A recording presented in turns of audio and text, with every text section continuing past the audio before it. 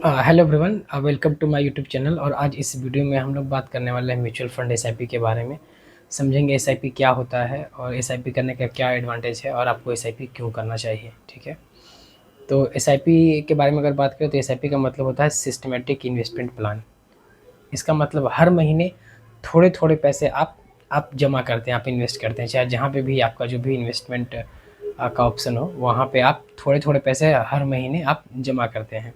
या एसआईपी को एक प्रोसेस या मेथड बोल सकते हैं जो आपको डिसिप्लिन देता है इन्वेस्टमेंट करने के लिए। तो आप एसआईपी के थ्रू बहुत सारा इन्वेस्टमेंट्स ऑप्शन है जहाँ पे आप इन्वेस्ट कर सकते हैं। For example, one of the most popular category mutual fund में ETF, equity traded fund, digital golds में कर सकते हैं। ठीक है, आरडी रिकरिंग डिपॉजिट में कर सकते हैं, नेशनल पेंशन स्कीम में इसमें कर सकते हैं। ऐसे बहुत सारे इन्वेस्टमेंट्स का ऑप्शन है जहाँ पे आप ये एसआईपी का जो इन्वेस्टमेंट का जो प्रोसेस है उसके थ्रू आप इन्वेस्टमेंट कर सकते हैं। डिपेंड अपॉन कि आपका क्या फाइनेंशियल गोल है, आपके लिए कौन सा इन्वेस्टमेंट ऑप्शन सही है, आप वो चूज़ करके एसआईपी के थ्रू उसमें आप इन्वेस्टमेंट कर सकते हैं। एसआईपी में एक फिक्स डेट होता है, आप उसी डेट को हर महीने आपके अकाउंट से वो पैसे कट करके जिस भी आप इन्वेस्टमेंट ऑप्शन में इन्वेस्ट कर रहे हैं वहाँ पे वो पैसा जा कर के आपका इन्वेस्ट हो जाता है। और आप अपनी फ्लेक्सिबिलिटी के हिसाब से डेट को भी चूज़ कर सकते हैं, जो डेट आपको सही कन्वीनियंस हो आप उस डेट को चूज़ कर सकते हैं, उसी डेट को आपका पैसा आपके अकाउंट से डिडक्ट होता है। आइए अब एसआईपी को म्यूचुअल फंड्स के पर्सपेक्टिव से समझते हैं। तो म्यूचुअल फंड में आप एसआईपी 500 रुपये या कुछ फंड्स में आप 100 रुपये से भी स्टार्ट कर सकते हैं। हर फंड का मिनिमम एसआईपी का अमाउंट डिफरेंट है, but most of the funds में आप 500 से स्टार्ट कर सकते हैं और किसी किसी में 100 रुपये से भी स्टार्ट है। तो आप अपनी कन्वीनियंस के हिसाब से वो फंड चूज़ कर सकते हैं जो आपके इन्वेस्टमेंट का जो आपका अमाउंट है वो जो जिसके साथ वो फिट बैठता हो। अब आइए समझते हैं कि आपको एसआईपी क्यों करना चाहिए। तो इसका जो सबसे बड़ा पॉइंट ये है कि आप बहुत छोटे अमाउंट से स्टार्ट कर सकते हैं। जैसा भी हम लोगों ने डिस्कस किया कि आप 500 या अभी किसी किसी में तो आप 100 रुपये से भी आप एसआईपी स्टार्ट कर सकते हैं, जो कि एक बहुत ही छोटा अमाउंट है जो हर किसी के लिए अफोर्डेबल है। अगर आप इसके अलावा किसी दूसरी चीज़ में जाए तो शायद आपको इतने छोटा अमाउंट से स्टार्ट करने का ऑप्शन नहीं मिलता है, लेकिन आप म्यूचुअल फंड में अगर आप एसआईपी शुरुआत करते हैं तो बहुत छोटे अमाउंट से आप स्टार्ट कर सकते हैं, जो कि मुझे लगता है कि इसका एक बहुत बड़ा एडवांटेज है। एसआईपी आपको मार्केट के उतार चढ़ाव से आपको परेशान नहीं होने देता था, क्योंकि आप हर महीने पैसे इन्वेस्ट करते हैं तो इससे फ़र्क नहीं पड़ता कि मार्केट ऊपर जा रहा है या नीचे। आप हर समय, हर महीने, हर स्टेज पे आप अपने पैसे लगा रहे होते, तो इससे आपको कोई डरने की ज़रूरत नहीं होती, जिसे रुपये कॉस्ट एवरेजिंग बोलते हैं। इसका भी बेनिफिट आपको अगर आप एसआईपी के थ्रू इन्वेस्ट करते हैं तो वो आपको मिलता है। थर्ड, इसमें देखें तो आपको यहाँ पे कंपाउंडिंग का बेनिफिट मिलता है, यानी कि आपने जो पैसे लगाया है, जो पैसा आपका इन्वेस्टेड है, उस पे आपको इंटरेस्ट मिलता है और फिर आपके इंटरेस्ट पे आपको इंटरेस्ट मिलता है। बहुत छोटे से एग्जांपल में मैं समझाने की कोशिश करता हूँ कि आप समझ सकते हैं कि कंपाउंडिंग का पावर क्या होता है। अगर सपोज़ अभी आपने 1 लाख रुपये आपने इन्वेस्ट कर दिया, ठीक है, तो अगर आपको इस पे 14% का अगर कंपाउंड मतलब इंटरेस्ट मिलता है, जो कि म्यूचुअल फंड्स में कोई ज़्यादा बड़ा नहीं है। अगर आप हिस्ट्री देखें तो किसी किसी फंड्स में तो 20 या उससे भी ज़्यादा का रिटर्न है।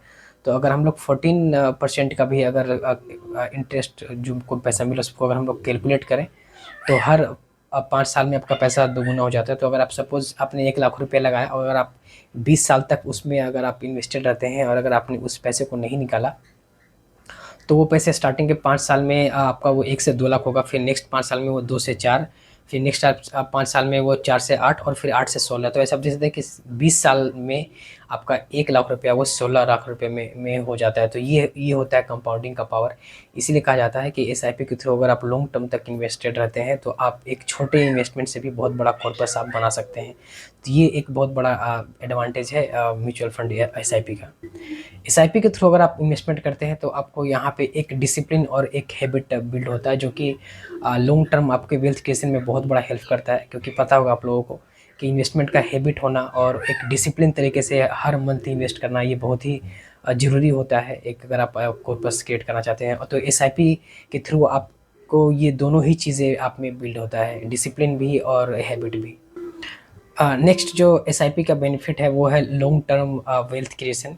चाहे जो भी आपका फाइनेंशियल गोल हो, चाहे आप अपना रिटायरमेंट प्लानिंग कर रहे हो, बच्चों की शादी के लिए प्लानिंग कर रहे हैं, उनके एजुकेशन के लिए प्लानिंग कर रहे हैं, आप कोई अपना घर प्लान कर रहे हो, कोई फॉरेन ट्रिप प्लान कर रहे हो, ऐसा बहुत सारा आपका फाइनेंशियल गोल हो सकता है। तो आप इन सभी फाइनेंशियल गोल को अगर डिसिप्लिन तरीके से आप एसआईपी के थ्रू अगर इन्वेस्ट करते हैं आप म्यूचुअल फंड्स या कोई भी दूसरा इन्वेस्टमेंट ऑप्शन जो कि आपकी गोल को अचीव करने में हेल्प करता है आपकी, तो आप एक अच्छा लॉन्ग टर्म में आप वेल्थ क्रिएट कर सकते हैं। ये एक भी बहुत बड़ा एडवांटेज है एसआईपीज़ का। हम लोगों ने एसआईपी का एडवांटेज को देख लिया कि क्या-क्या एडवांटेज है एसआईपी करने का। अब हम लोग देखते हैं कि आप जब एसआईपी करते हैं उसके बाद आपको किन-किन चीज़ों का आपको ख़्याल रखना चाहिए। हम लोग उन चीज़ों को जानते हैं। तो उसमें जो सबसे पहला है कि बहुत सारे लोगों को आपने देखा होगा कि जब मार्केट क्रैश करता है, तो वो उसमें से अपना सारा पैसा निकालने लगते हैं, जो कि ये बहुत ही गलत डिसीज़न है। जब भी मार्केट क्रैश करता है आपके पास एक अपॉर्चुनिटी होता है कि आप एक अच्छा रिटर्न मार्केट से ले सकें। तो जब भी मार्केट में ऐसा कुछ क्रैश आए तो आपको अपने पैसे निकालने नहीं चाहिए और ना ही आपको अपनी एसआईपीज़ क्लोज़ करना चाहिए। आपको कंटिन्यू उसमें इन्वेस्टेड रहना चाहिए और जो भी आपका एसआईपी है उसको कंटिन्यू करना चाहिए और अगर हो सके आपके पास पैसे हो, तो वो सही समय होता है आपके जो फंड है वो या फिर आपका जो एसआईपी है उसको टॉप अप करने का। तो जितना भी आप कर पाएँ हो सके तो उस समय आप उस अपने म्यूचुअल फंड एसआईपी को टॉप अप करें। तो वो लॉन्ग टर्म आपका हेल्थ क्रिएशन में बहुत बड़ा रोल करेगा और आपका जो इंटरेस्ट है, जो आपको जो मिल रहा है, वो आपका बाकी जो जो भी लोग एवरेज जिनको उससे जितना रिटर्न मिल रहा होगा, आपका रिटर्न उससे कहीं बेहतर होगा। सेकंड पॉइंट कि आपको अपनी एसआईपी को कभी भी बंद नहीं करना चाहिए क्योंकि वेल्थ क्रिएशन में कंसिस्टेंसी बहुत ही इम्पोर्टेंट है। तो जैसा भी आपका अप्स एंड डाउन हो, आपको कोशिश करना चाहिए कि आपका जो एसआईपी है वो कंसिस्टेंट रहे और आप हर महीने जो भी आपका एसआईपी है का जो अमाउंट है उसको आप कंटिन्यू करें। एसआईपी में आप आपका जो भी फाइनेंशियल गोल है उसको ध्यान में रख कर के जो आपका टाइम होराइज़न है, ठीक है? और क्या आपका कितना आपका रिस्क प्रोफ़ाइल है उसके अकॉर्डिंग ही आप म्यूचुअल फंड में फ़ंड को चूज़ कर सकते हैं। मार्केट में बहुत सारा ऑप्शंस है लाइक आप इक्विटी में कर सकते हैं, हाइब्रिड में कर सकते हैं जहाँ पे इक्विटी और डेट का मिक्स होता है। आप कंप्लीटली डेट में कर सकते हैं। तो बहुत सारे फंड का ऑप्शंस है, फ्लेक्सी कैप्स है। तो आपका जो भी फाइनेंशियल गोल हो आप उसके अकॉर्डिंग जो आपका फाइनेंशियल गोल को पे फिट बैठता हो, आपका रिस्क प्रोफाइल पे जो फिट बैठता हो वैसे फंड ही चूज़ करें। अब लास्ट पॉइंट, हर म्यूचुअल फंड सभी के लिए नहीं होता है।